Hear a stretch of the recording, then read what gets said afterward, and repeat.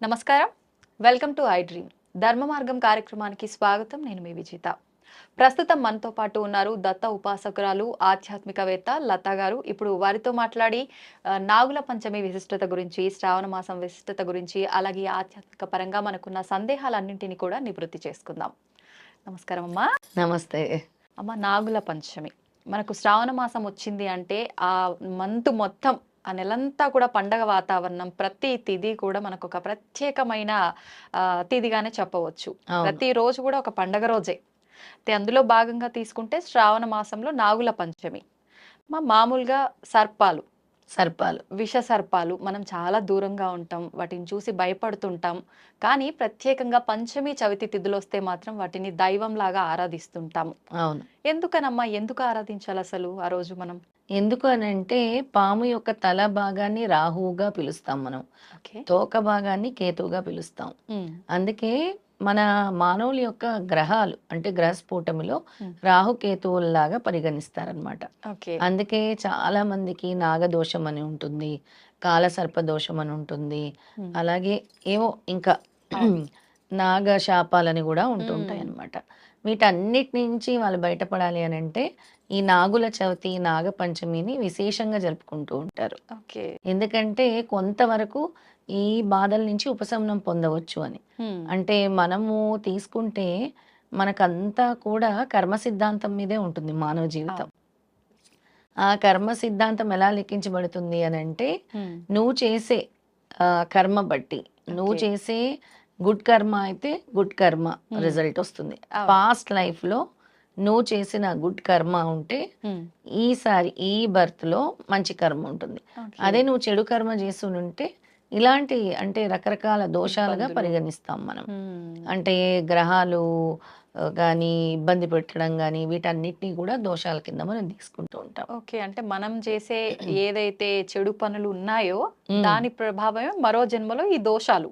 అంతే, ఆ జన్మ నుంచి ఈ జన్మకు వచ్చే దోషాలు. అంటే ఈ జన్మలో మేము చాలా కష్టాలు పడుతున్నాము, మాకు ఈ బాధ వచ్చింది, మేము ఆర్థికంగా ఇబ్బంది పడుతున్నాము, మేము కెరీర్ లో ముందుకెళ్ళలేకపోతున్నాము, చాలా ఇబ్బందులు పడుతున్నాము మేము అని అంటూ ఉంటారు. ఇప్పుడు ప్రధాన సమస్య కలియుగంలో వివాహాలు. చాలా ఆలస్యంగా వివాహాలు అవుతున్నాయి.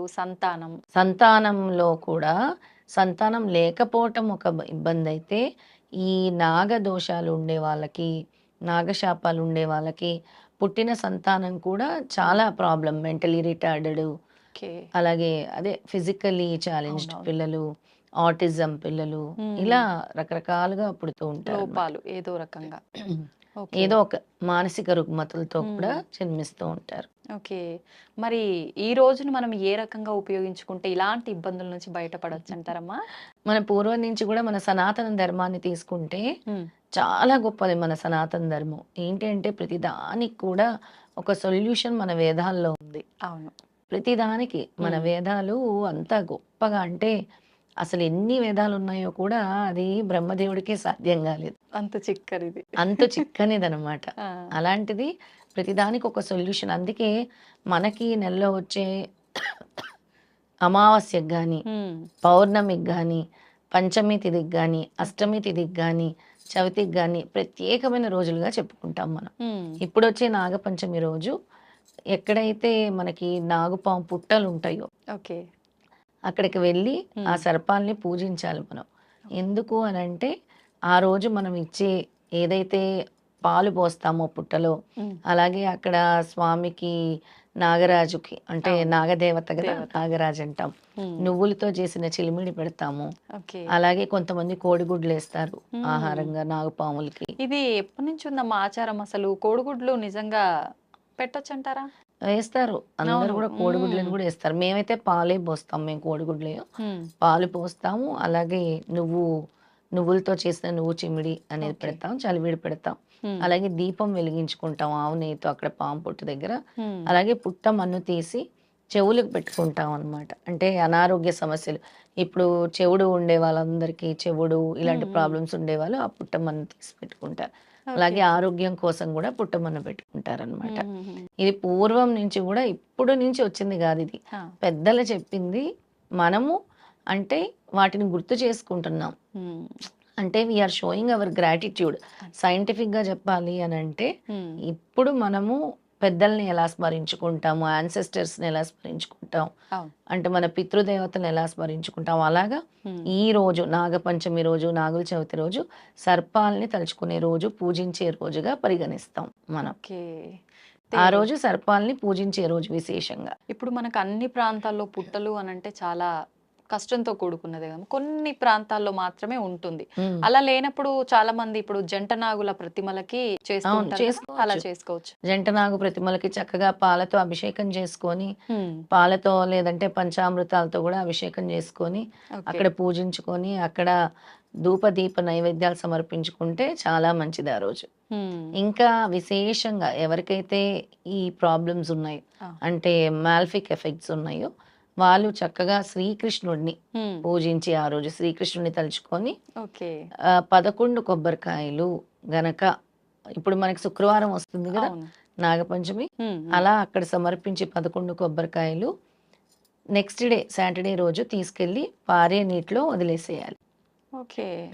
హుహు. మనకేదైతే ప్రాబ్లమ్ అంటే చాలా అంటే సక్సెస్ లేదు అనుకునే వాళ్ళు, అవును. కెరీర్‌లో ముందుకెళ్ళట్లేదు అనుకునే వాళ్ళు, హ్మ్. లేదంటే అనారోగ్య సమస్యలతో బాధపడేవాళ్ళు, ఇలాంటి వాళ్ళందరూ కూడా హ్మ్.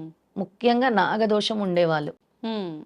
అలాంటి వాళ్ళు ఈ 11 కొబ్బరికాయలని కూడా చుట్టూ ప్రదక్షిణలు చేసుకొని, పుట్ట చుట్టూ ప్రదక్షిణలు ఎన్ని చేసుకొని, ప్రదక్షిణాలు చేయాల్సి ఉంటుందమ్మా? 9 ప్రదక్షిణాలు చేసి 11 కొబ్బరికాయలు పెట్టుకొని, హ్మ్. ఆ రోజు పూజించి నెక్స్ట్ డే సాటర్‌డే రోజు పారే నీటిలో వదిలేయాలి. వదిలిపెట్టేయాలి. ఓకే. అది మనకు దగ్గరలో లేనప్పుడు పారే నీరు. పారే నీరు దగ్గరలో లేనప్పుడు చూసుకొని ఎక్కడైనా పక్కన పెట్టి, హ్మ్. ఎప్పుడైనా వెళ్తాం గదా! వెళ్ళినప్పుడు. నదులకి, అవును. క్షేత్రాలకి అక్కడే వదిలేసేయాలి. ఓకే. ఓకే. అలా చాలా వదిలేస్తే ఆ! చాలా మంచిది. ఓకే. అమ్మ ఆ రోజు ప్రత్యేకంగా తీసుకుంటే కొన్ని రకాల ఆహార పదార్థాలు నిషిద్ధం అని చెప్తూ ఉంటారు కదా! అది నిజమే అంటారా? నిజమే. ఆ రోజు నాన్ వెజిటేరియన్ అనేది తినగూడదు. హ్మ్. నాన్ వెజ్ అనేవి నాగుల పంచమి రోజు, నాగుల చవితి రోజు, అమావాస్య రోజు హ్మ్. ముఖ్యమైన తిథులు ఎప్పుడుంటాయో అలాంటప్పుడు ఈ నాన్ వెజ్ అనేది అవాయిడ్ జేయాలి. ఓకే. ముఖ్యమైన తిథులు. హ్మ్. అందుకే ఆ రోజు నిషిద్ధము. ఈ హ్మ్. నాన్ వెజిటేరియన్ అనేది నిషిద్ధము. ఇంకా ఇలాంటివి ఏమంటారు ధూమపానాలు, మద్యపానాలు హ్మ్. ఇలాంటివన్నీ కూడా అవాయిడ్ చేస్తే అవాయిడ్ చాలా చేయాలి. మంచిది. కృష్ణునికి మీరు ఇందాక చెప్పారు గదమ్మా! మొక్కు. హ్మ్. ఆ రోజు ప్రత్యేకంగా ఎందుకని కృష్ణుడికే అలా మనం చేయాల్సి ఉంటుందంటారు? ఇప్పుడు సంబంధం ఏమైనా ఉందా? సంబంధం ఖచ్చితంగా ఉంటుంది. కృష్ణుడిని ఆ రోజు స్మరిస్తే చాలా మంచిది. హ్మ్. పంచమి తిథి రోజు గదా! ఓకే. ఆ రోజు అందుకే హ్మ్. కృష్ణుడిని స్మరించి మన బాధ కృష్ణుడితో చెప్పుకొని, చెప్పుకొని. అంటే ఈ నాగదోష నివృత్తి కలగాలి అని శ్రీకృష్ణుని తలుచుకుంటే, హ్మ్. శ్రీకృష్ణ స్మరణ అంటే సాక్షాత్తు విష్ణుమూర్తిని స్మరించినట్టే. అవును. విష్ణుమూర్తి అవతారమే కాబట్టి, హ్మ్. ఆ రోజు ఆయనతో చెప్పుకుంటే బాధ తీరుతుంది అని మన ధర్మంలో, మన పురాణాల్లో కూడా ఉందన్నమాట. ఉంది. అమ్మ చాలా మంది ఇప్పుడు ఉద్యోగరీత్యా బయటికి వెళ్ళే వాళ్ళుంటారు. ఎర్లీ మార్నింగే అంటే చాలా మందికి వీలు పడదు. అవును. అలాంటి వాళ్ళు ఈవినింగ్ వచ్చిన తర్వాత వెళ్లి ఆలయానికి ఇలా పాలు పోయటము, అభిషేకాలు చేయడం లాంటి పనులన్నీ చేస్తూ ఉంటారు. అవును. వీళ్ళు ఉపవాస దీక్షలో ఉండి ఆ రోజు సాయంత్రం అలా ఆలయానికి వెళ్ళాల్సి ఉంటుందమ్మా? ఉపవాసం ఉంటే చాలా మంచిది ఆ రోజు. హ్మ్. అంటే ఎవరికైతే ఈ ఇబ్బందులున్నాయో, అంటే సర్పంతో కలిగే ఇబ్బందులంటారు గదా! ఆ! నాగదోషము, కాలసర్ప దోషము, రాహుకేతు ప్రాబ్లమ్స్ ఉండే వాళ్ళందరూ కూడా హ్మ్. ఉపవాసం ఉండి వెళ్ళి పుటలో పాలు పోస్తేనే మంచి ఫలితాన్ని స్వామిస్తారు. ఓకే. అలాగే ఆ రోజు స్వామికి ఈశ్వరుడు మెడలో ఎప్పుడు ఏముంటుంది పాము. అంటే పాముంది. ఈశ్వరాధీనంలోనే ఉంటుంది. అవును. శివయ్య ఆధీనంలోనే ఉంటుంది హ్మ్. కాబట్టి, ఆ రోజు శివ పంచాక్షరి మంత్రం ఓకే. చదువుకుంటే చాలా మంచిది. హ్మ్. నాగేంద్రహరాయ త్రిలోచనాయ భస్మాంగరాగాయ మహేశ్వరాయ నిత్యాయ శుద్ధాయ దిగంబరాయ తస్మైనకారాయ నమఃశివాయ అని చదువుకుంటే చాలా మంచిది. హ్మ్. హ్మ్. నిజంగా మనం ఏ పని చేసినా ఆ తిథి, మంత్రం లేనిది దానికి పవర్ కొంచెం తక్కువగానే ఉంటుందని చెప్పాలమ్మా. మన వీటిని ఆధారంగా చేసుకొని చేస్తే ఆ ఫలితం ఇంకా రెట్టింపుగా గొప్పగా ఉంటుంది. ఉంటుంది. మన హ్మ్. మంత్ర ఫలితం అనేది చాలా గొప్పది. అవును. ఎంత మనము సాధన చేస్తామో హ్మ్. అంతటి ఫలితాన్ని భగవంతుడు తప్పకుండా ఇస్తాడు. ఆ!